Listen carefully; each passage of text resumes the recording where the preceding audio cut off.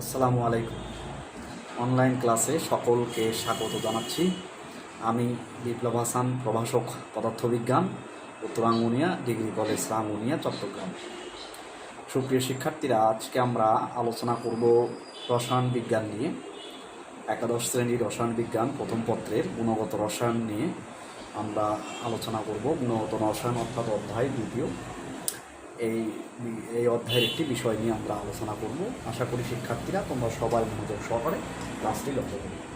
তো আমাদের পাঠ পরিচিতি হচ্ছে পরমাণুর মডেল নিয়ে আলোচনা করব, একাদশ শ্রেণীর পরমাণুর মডেল। এরপরে দেখো, আমরা স্ক্রিনে ছবিতে আমরা দুটি ছবি দেখাচ্ছি বা পিক দেখাচ্ছি। তো এই ছবিতে কি দেখতে পাচ্ছ? দুটি পরমাণুর মডেল দেওয়া আছে। এটি কার্বন মডেল বা কার্বন অ্যাটম, কার্বন পরমাণুর একটি চিত্র দেখানো হচ্ছে। এখানে তার গাঠনিক প্রক্রিয়াগুলো দেখানো হচ্ছে। কার্বন পরমাণুতে দেখা যাচ্ছে, অর্থাৎ পরমাণুর গঠনটা কেমন হবে চিত্রের দ্বারা আমরা বোঝাচ্ছি আর কি। তার মানে আমাদের আলোচনার বিষয় হবে পরমাণুর গঠন। তো এখানে কি বিষয় আছে? এখানে পরমাণু কী কী নিয়ে গঠিত, তারপরে পরমাণুর কয়টি অংশ বা পরমাণু সম্পর্কে ধারণা প্রদান করেন কে, এই বিষয়গুলো নিয়ে আমরা আলোচনা করব। তো আশা করি শিক্ষার্থীরা তোমরা মনোযোগ সহকারে ক্লাসটি লক্ষ্য করবে। তো দেখো, এখন আমরা এই পরবর্তী চিত্রের মাধ্যমে আমরা লিখি পরমাণুর গঠন। চিত্রে দেওয়া আছে কি, যে একজন বিজ্ঞানী আর্নেস্ট রাদারফোর্ড, অর্থাৎ তিনি যে পরমাণুর মডেল আবিষ্কার করেন বা পরমাণু মডেল প্রদান করেন, এই মডেলটি আমরা আলোচনা করি। তো দেখো, প্রথমে আমাদের আজকের পাঠ কী কী বিষয় নিয়ে আলোচনা হবে। রাদারফোর্ডের আলফা কণা বিচ্ছুরণ পরীক্ষা, এটি বা আলফা কণা পরীক্ষা মডেল এবং পরমাণুর নিউক্লিয়াস আবিষ্কার, এই বিষয়গুলো নিয়ে আমরা আলোচনা করব। তো এই পাঠ পরিচিতি আমরা শিখলাম। এখন এরপরে দেখো যে প্রথমত এই রাদারফোর্ড পরমাণু মডেল জানতে হলে আমাদের আগে জানতে হবে আলফা কণা কী। কারণ আলফা কণার মাধ্যমে তিনি কিন্তু আলফা পরীক্ষা বা আলফা কণা বিচ্ছুরণ পরীক্ষাটি করেছিলেন। এজন্য আমরা আলফা কণা কী সেটি আগে জেনে নিই। তো দেখো, আলফা কণা কাকে বলে বা আলফা কণা কী? মূলত আলফা কণা হলো হিলিয়াম পরমাণুর নিউক্লিয়াস আর কি। হিলিয়াম পরমাণু থেকে যখন দুটি ইলেকট্রন অপসারিত হয় বা দুইটি ইলেকট্রন দান করার পরে যে দুই ধনাত্মক চার্জযুক্ত আয়ন পরিণত হবে তাকে কিন্তু আলফা কণা বলে, অর্থাৎ এটি কণা হিসেবে তখন বিচরণ করবে। তো হিলিয়াম পরমাণু থেকে দুটি ইলেকট্রন অপসারণ করা হলে যে দুই ধনাত্মক চার্জযুক্ত হিলিয়াম আয়ন পাওয়া যায় তাকে আলফা কণা বলে। তাহলে শিক্ষার্থীরা, আলফা কণা সম্পর্কে আমরা জেনে ফেললাম, অর্থাৎ আলফা কণা হলো হিলিয়াম পরমাণুর নিউক্লিয়াস। সেটি আমরা চিত্রের বিক্রিয়ার মাধ্যমে দেখো যে হিলিয়াম দুটি ইলেকট্রন দান করেছে, দান করার ফলে 2+ অর্থাৎ দ্বিধনাত্মক চার্জযুক্ত আয়নের সৃষ্টি হচ্ছে। এই দ্বিধনাত্মক চার্জযুক্ত আয়ন সৃষ্টি হলে এটি কি বলা হচ্ছে কি, আলফা কণা। তাহলে আলফা কণা হলো হিলিয়াম পরমাণুর নিউক্লিয়াস, অর্থাৎ আলফা কণার বা আলফা প্রবাহ হলো হিলিয়াম পরমাণুর প্রবাহ। এটি আমরা আশা করি বুঝতে পারলাম এবং শিখে ফেললাম। এখন এরপরে দেখো, আলফা কণার ব্যবহৃত যে উপাদানসমূহ বা আলফা কণা পরীক্ষায় রাদারফোর্ড কী কী কণা ব্যবহার করেছিলেন সেটি আমাদের আগে জানতে হবে। কারণ এই পরীক্ষার কণাটি যদি না জানি বা কণাটি ব্যবহৃত উপাদানগুলো না জানি তাহলে তো আমরা পরীক্ষাটি করতে পারবো না। কিন্তু সুতরাং আমরা কী কী ব্যবহার করেছিলেন তিনি, সেটি আমরা জানি। তো দেখো, প্রথমত তিনি আলফা কণার উৎস হিসেবে ব্যবহৃত করেছিলেন তেজস্ক্রিয় পদার্থ রেডিয়ামকে ব্যবহার করেছিলেন, 1 নাম্বার। এরপরে 2 নাম্বারে দেখো, স্বর্ণের পাতলা পাত যার পুরুত্ব 0.004 সেন্টিমিটার, 0.004 সেন্টিমিটার, খুব পাতলা একটি স্বর্ণপাত ব্যবহার করেছিলেন, সেটি হচ্ছে 0.004 সেন্টিমিটার। এটি এমসিকিউ পরীক্ষায় থাকে। তো এটি আশা করি তোমরা শিখে ফেলবা এবং জেনে রাখবে এই পাতের। এরপরে 3 নাম্বার হলো জিঙ্ক সালফাইডের একটি আবরণ বা পর্দা। এরপরে 4 নাম্বার হলো লেড ব্লক। এই 4টি কিন্তু তিনি ব্যবহার করেছিলেন।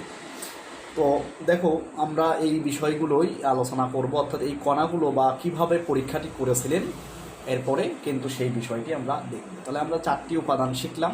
একটি তেজস্ক্রিয় পদার্থ রেডিয়াম, তারপরে হচ্ছে জিঙ্ক সালফাইডের পর্দা, তারপরে একটি পাতলা স্বর্ণপাত 0.0004 সেন্টিমিটার, একটি লেড ব্লক। তো এই পরীক্ষাটির সম্পর্কে দেখতে গেলে আমরা একটি চিত্রে লক্ষ্য করব কিভাবে পরীক্ষাটি করেছিলেন। চিত্রটি একটু লক্ষ্য করো, এটি স্বর্ণপাত দেওয়া হচ্ছে, পাতলা স্বর্ণপাত। এই স্বর্ণপাতের পিছনে তিনি একটি কালো পর্দা রেখেছিলেন, জিঙ্ক সালফাইডের কালো পর্দা। এরপরে এখানে তেজস্ক্রিয় উৎস হিসেবে আলফা কণাকে ব্যবহার করেছিলেন। এই আলফা কণাগুলো ধনাত্মক চার্জযুক্ত, সেইগুলো আমরা জানি। তো এই আলফা কণা এই স্বর্ণপাতের উপর যদি নিক্ষেপ করে বা নিক্ষেপ করেছিলেন, তখন কি ঘটেছিল সেই বিষয়গুলো তিনি পর্যবেক্ষণ করেছিলেন। কয়েকটি বিষয়, 3টি বিষয় দেখলেন তিনি পর্যবেক্ষণ করে। কি দেখলেন? কিছু সংখ্যক, প্রায় অধিকাংশ আলফা কণাগুলোই সহজে ভেদ করে চলে যায়, স্বর্ণপাত ভেদ করে পর্দার উপর দীপ্তমান হয়। এরপরে কিছু সংখ্যক আলফা কণা এদিক সেদিক বেঁকে যায়, এখানে দেওয়া আছে, দেখো বেঁকে যাচ্ছে। প্রায় 20,000 কণার মধ্যে মাত্র একটি কণা বেঁকে পিছনে ফিরে আসে, এখানে বেঁকে পিছনে ফিরে আসতেছে। তো এই 3টি বিষয় দেখা গেল, অধিকাংশ কণাই এদিক সোজা ভেদ করে যাচ্ছে, কিছু সংখ্যক কণা এদিক সেদিক বেঁকে যাচ্ছে, প্রায় 20,000 কণার মধ্যে একটি কণা বেঁকে পিছনে ফিরে আসে।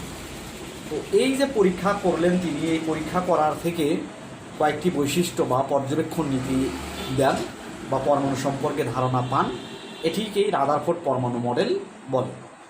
তা আমরা এই পরমাণু মডেলের জন্য চিত্রটি দেখলাম।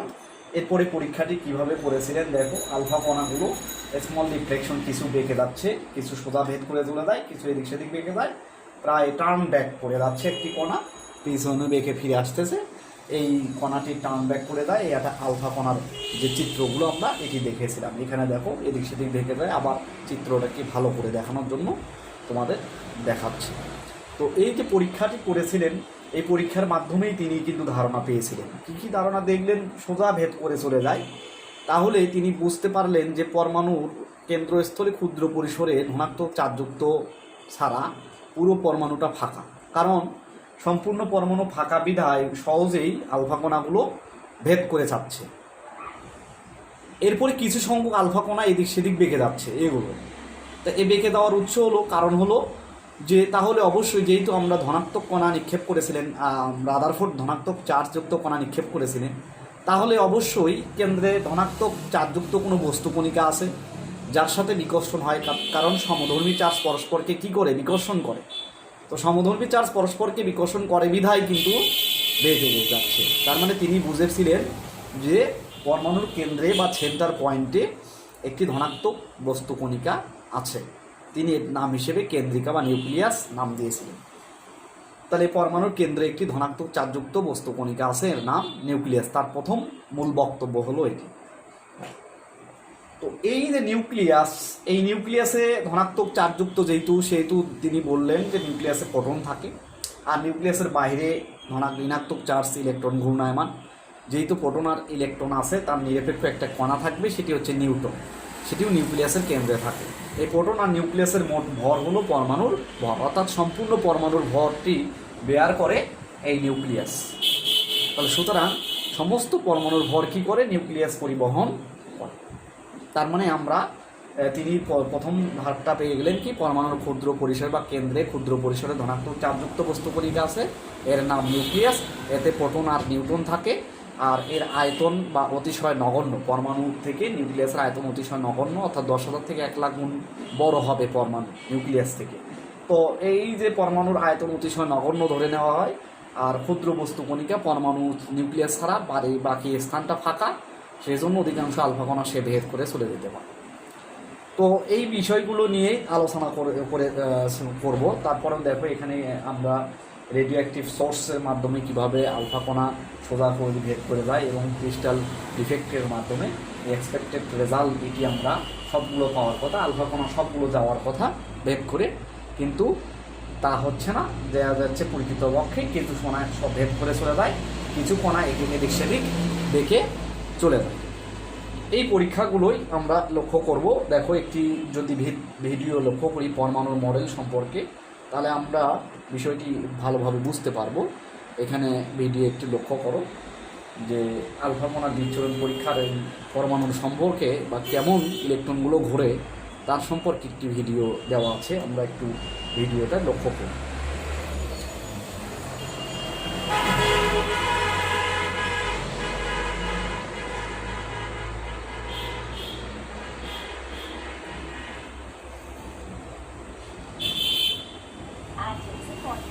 তাহলে এখানে অ্যাটম এবং মলিকিউলের একটি ভিডিও দেওয়া আছে।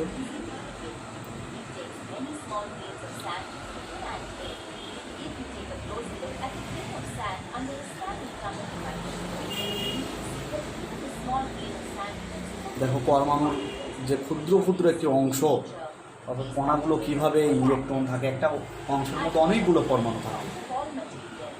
এই পরমাণুগুলো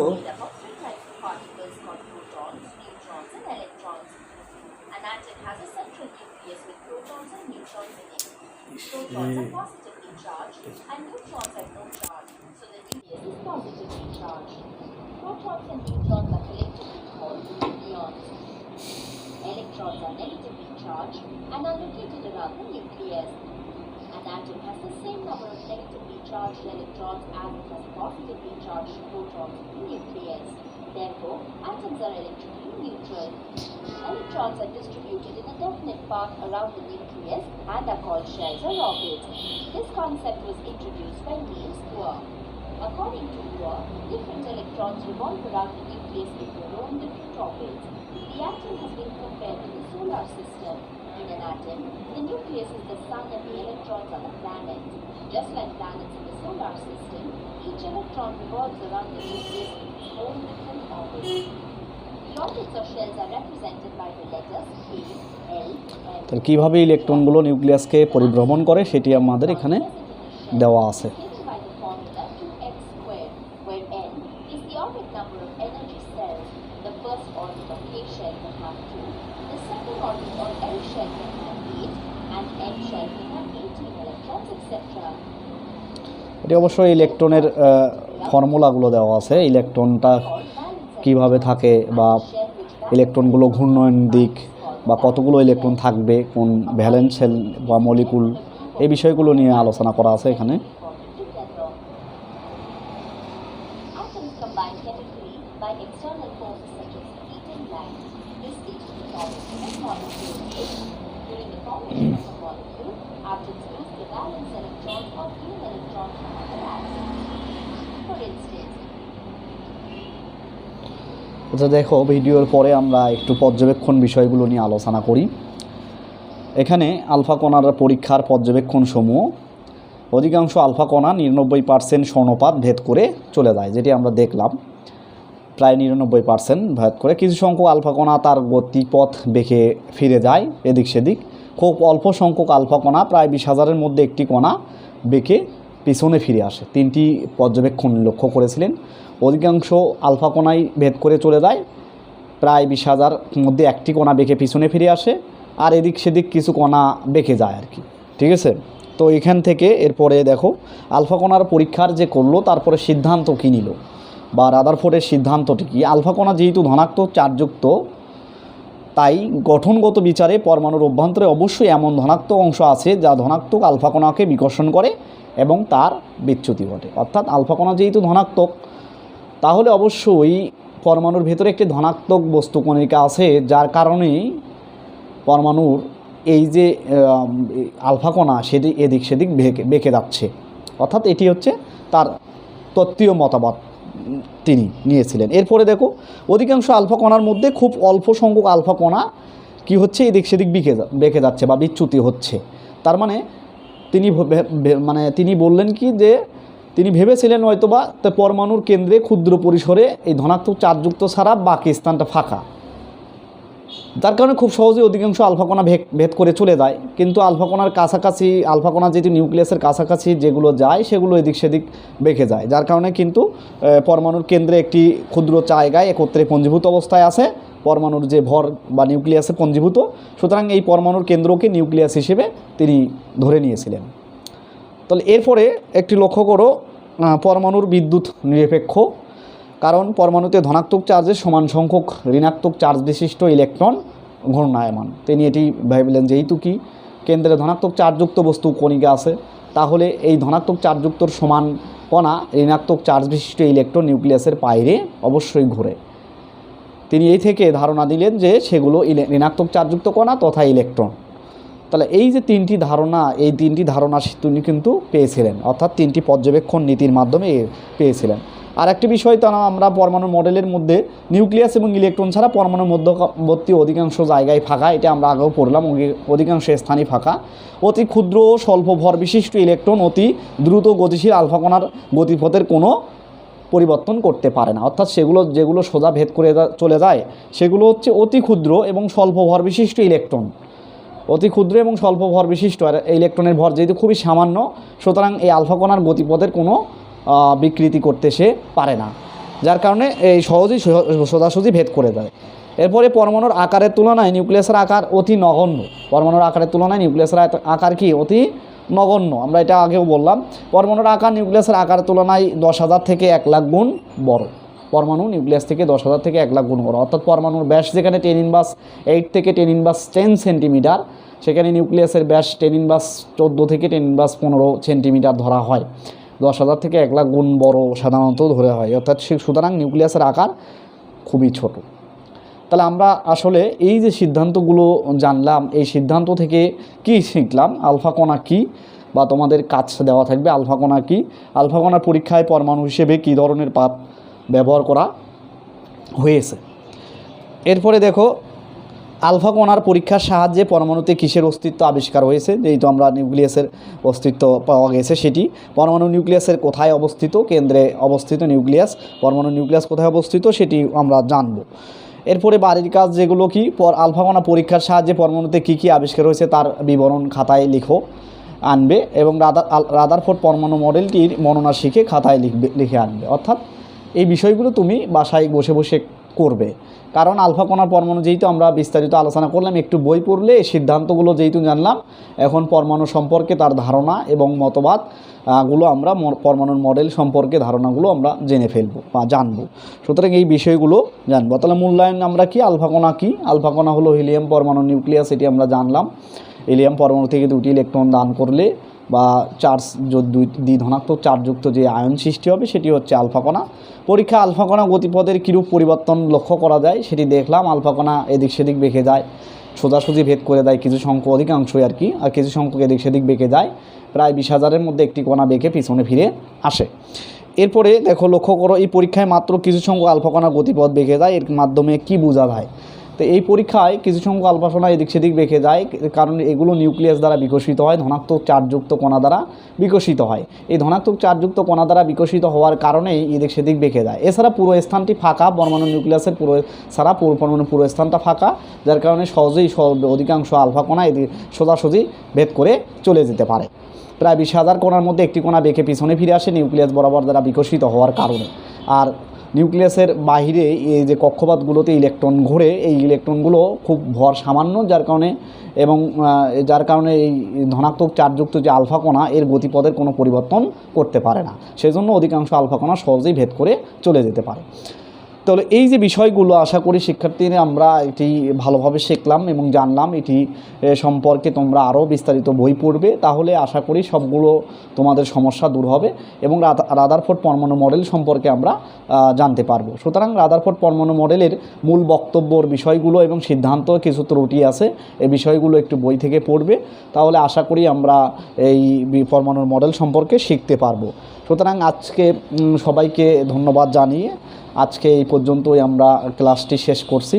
আর সবাইকে শুভেচ্ছা, অভিনন্দন, ধন্যবাদ জানিয়ে আজকে শেষ করছি। আল্লাহ হাফেজ।